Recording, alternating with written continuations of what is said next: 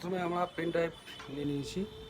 তো এখানে প্রথমে ইউএসবিতে লাগাতে হবে, তারপরে জাস্ট ক্লিক করব এবং এসকেপ মারবো। বায়োসে ঢুকতে হবে অ্যাকচুয়ালি। তো দেখতে হবে লেনোভো তো বায়োস কিসে আছে, অটোমেটিক ঢুকে যাবে। তো উইন্ডোজে ঢুকে গেছে, তো ব্লিঙ্ক করছে। তারপরে উইন্ডোজ লোডিং হবে, তারপরে এই স্ক্রিনটা আসবে। এখানে আমাদের কি ভাষাটা ঠিক করে নিতে হবে। জাস্ট নেক্সট করতে হবে, তারপরে ইনস্টল করতে হবে, তারপরে এখান থেকে অ্যাকসেপ্ট করতে হবে, এখান থেকে গিয়ে নেক্সট করতে হবে, তারপরে অ্যাডভান্সে যেতে হবে। এখানে কত জিবি স্পেস সেটা করে দিতে হবে। দুটো বানিয়ে দিয়েছি, ঠিক আছে।